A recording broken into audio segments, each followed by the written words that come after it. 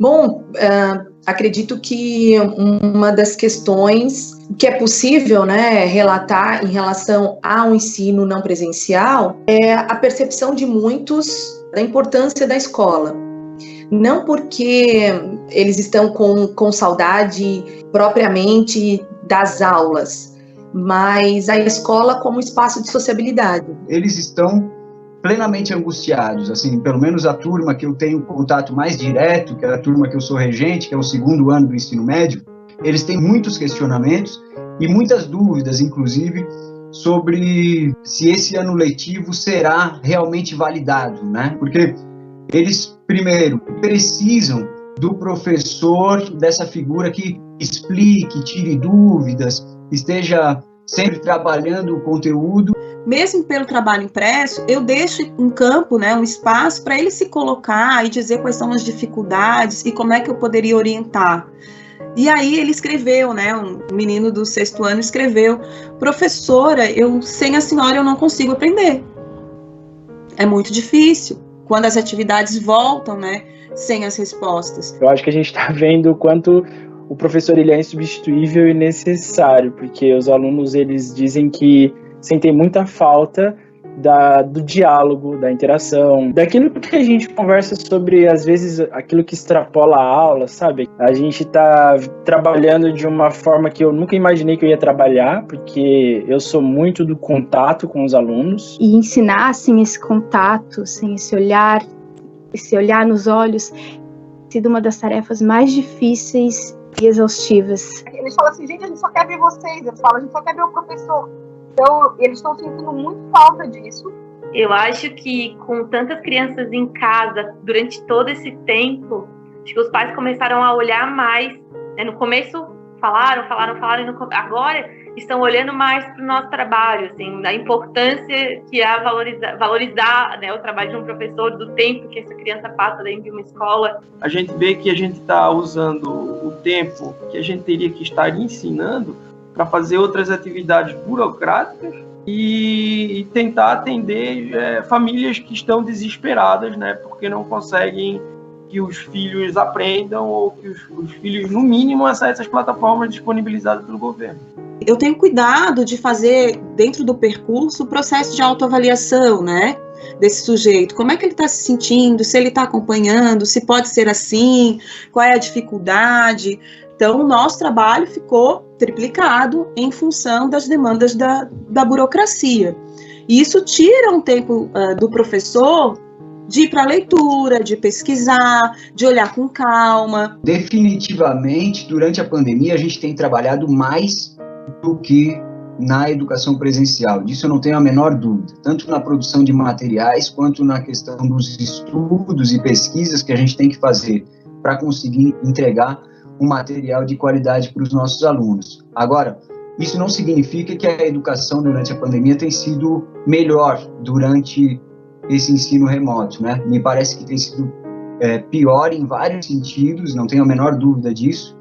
O professor é uma classe que está sempre sendo julgada e está sempre, né, maltratada e desvalorizada, enfim. E acho que nesse momento, se não é um momento para perceber, eu não sei qual é, né? Então, por favor, valorizem o nosso trabalho, valorizem quando a gente fala que precisa fazer uma greve para lutar pelos nossos direitos, para lutar por melhores condições, por melhores salários, porque é muito cansativo. Sim. Na verdade, a pandemia descortina percepções que já estavam no senso comum, que muitas vezes são acionadas, né, nos períodos de exceção, situações, né? Então faz uma greve, a gente, né, tem a retórica do professor, que tem muitas vantagens. Então, eu penso que é um momento de muita potencialidade para permitir reflexões sobre o papel do professor, os alcances, e são reflexões que precisam ser feitas. E também uma exposição, uma vigilância sobre o trabalho do professor, né? Que muitas vezes se autocensura preocupado com esse momento político, né, de expor numa plataforma virtual algumas questões que são sensíveis, né, à nossa disciplina, né, como a questão da ditadura, como a questão do nazismo, do fascismo, como a pauta racial, como as questões de gênero, que são questões que tocam a nossa disciplina e o presente. Eu penso que os responsáveis e os alunos, eu espero que eles passam a dar mais valor para o professor. Por quê? Porque tem-se a ideia do novo ensino médio, da proposta dele ser à distância, mas é percebido que não vai dar certo isso. É impossível. O aluno ele é muito dependente do professor para muita coisa. E hoje, eu estando aqui do outro lado, como coordenadora ou como professora, que de uma forma ou de outra a gente acaba ajudando os alunos, né? A gente vê como realmente eles precisam do professor. Então, eu acho que aquela ideia que muitos até vai ser massa estudar em casa, vai ser legal estudar em casa a gente vai fazer o nosso horário, em casa vai ser melhor, eu acho que isso vai cair por terra, porque não vai dar certo. Não vai dar, acho que não dá certo. Está dando certo, mas está dando um certo muito dificultoso mesmo. Quando tu pedes para eles clicarem, enviarem, né, o material, fazer uma formatação, assim como tem aqueles que demonstram um domínio gigantesco, existe uma parcela muito significativa que tem um domínio mínimo, né? Então, a gente ouve falar essas coisas de geração Y, geração Z e por aí vai. Me parece que isso cai muito por terra, né? Porque nós temos alunos que, quando têm que usar esses dispositivos de forma dentro das rotinas educativas, eles acabam ficando para trás. Tem alguns alunos que, às vezes, em sala de aula não tinham tanta participação, né? Tinha um pouco de dificuldade. E nessas atividades online, teve alguns que surpreenderam, que mandavam as atividades, se mostravam interessados, né? Vinham tirar as dúvidas.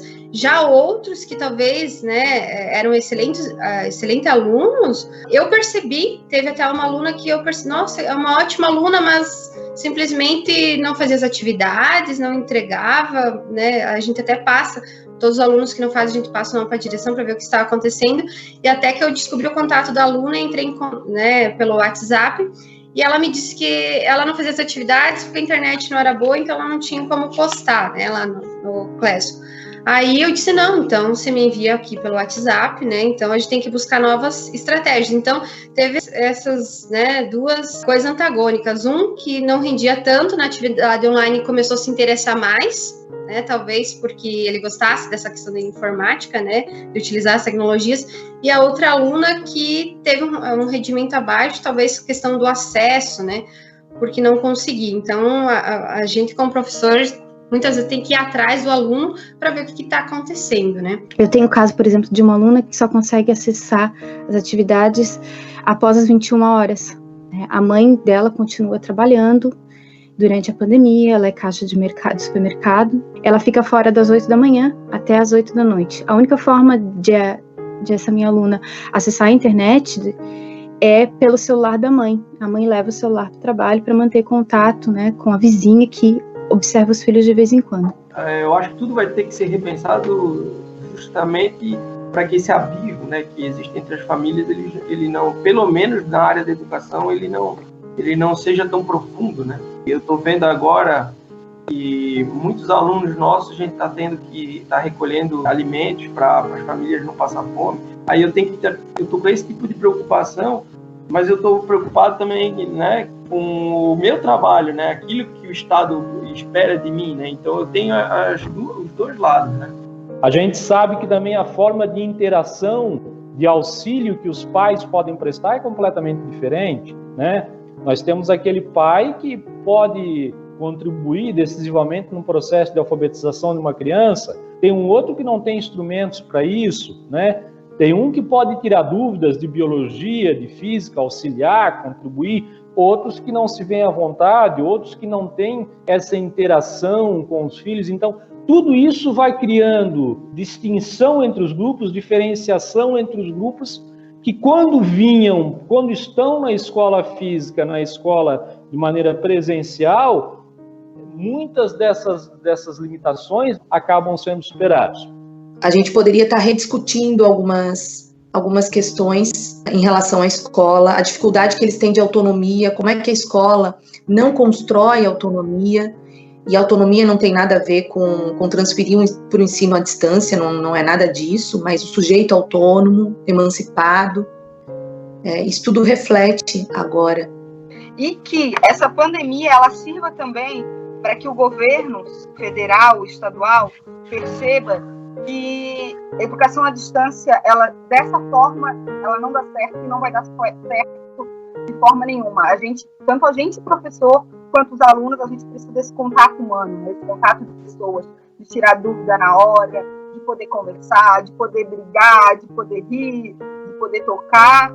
A gente é ser humano e o nosso trabalho, ele é humano, né? A gente precisa dessas pessoas para que a educação ela evolua, para que ela aconteça. Para quem trabalha na educação básica, como eu, para quem é trabalhadora e que dá aula para filhos de trabalhadores e trabalhadoras, o nosso compromisso é dizer que a escola ela é um campo de luta, ela tem que ser um campo de luta e que tem que ser uma pauta da sociedade e que ela é um espaço de esperança.